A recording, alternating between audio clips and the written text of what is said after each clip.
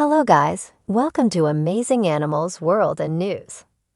Decision on the future of wild horses in a North Dakota national park expected next year. Bismarck NDAP.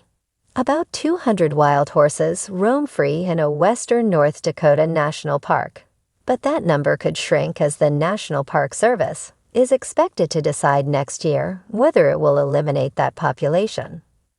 Advocates fear a predetermined outcome that will remove the beloved animals from Theodore Roosevelt National Park. An extended public comment period ends Friday on the recent environmental assessment of the park's three proposals. Reduce the horse population quickly, reduce it gradually, or take no immediate action. The horses have some powerful allies, including North Dakota Gov. Doug Burgum and U.S. Senator John Hoeven, while advocates are pulling out all the stops to see that the animals stay. Park officials say they want to hear from the public. The horses are popular with park visitors, who often see and photograph them along the park's scenic road and hiking trails through the rugged Badlands. Evaluating whether the horses belong in the park has been a long time in coming, and it realigns us with our overarching policies to remove non-native species from parks whenever they pose a potential risk to resources, said Jenny Powers, a wildlife veterinarian who leads the Wildlife Health Program for the National Park Service. This isn't an easy decision for us, but it is one that is directly called for by our mission and mandates, she told the Associated Press last month. One of the horses' biggest advocates fears park officials have already decided to oust the horses. Chasing Horses Wild Horse Advocates President Chris Kman cites several alternatives for keeping horses that park officials considered but dismissed in the recent environmental assessment. In the document, the Park Service said those alternatives wouldn't be in alignment with NPS priorities to maintain the native prairie ecosystem and wouldn't address the animal's impacts, among its reasons. Gwynn said she is optimistic that we will ultimately win this fight. I don't have any faith that the park will do the right thing and keep the horses in the park. Even if the horses ultimately stay, Park Superintendent Angie Richmond said they would have to be reduced to 35 to 60 animals under a 1978 environmental assessment. The ongoing process is part of the park's proposed management plan for livestock, a term the horses' allies reject. Wild horses were accidentally fenced into the park in its early years.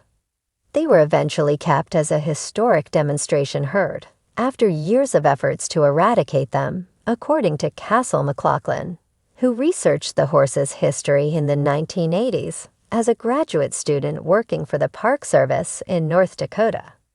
Wild horse advocates would like the park to conduct a greater environmental review and would ultimately see a genetically viable herd of at least 150 horses maintained.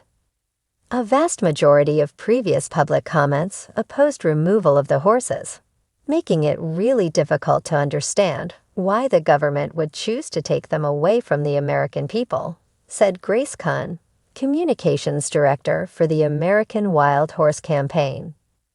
The wild horses have a right to be in the national park and align with Roosevelt's sentiment to preserve cultural resources for future generations, she said. Essentially, the Park Service, by implementing a plan to either eradicate them quickly or eradicate them slowly, they're thumbing their noses at the American public and their mission, Kuhn said last month.